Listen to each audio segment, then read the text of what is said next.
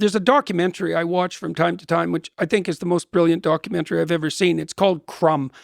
And it's the story of this underground cartoonist, Robert Crumb, who was in high school, was in the category of males for whom a date was not only not likely, but unimaginable.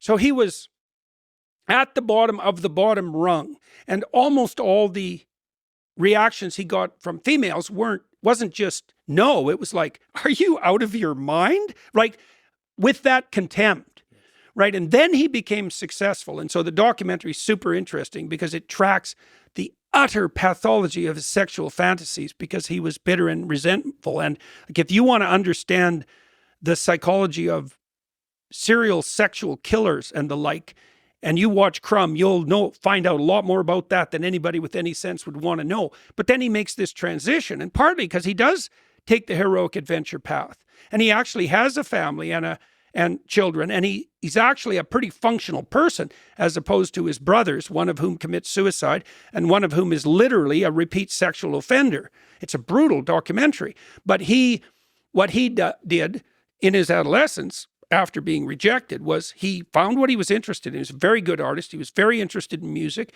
and he started to pursue those sort of single-mindedly, and he became successful. And as soon as he became successful, and the documentary tracks this beautifully, he's immediately attractive to women.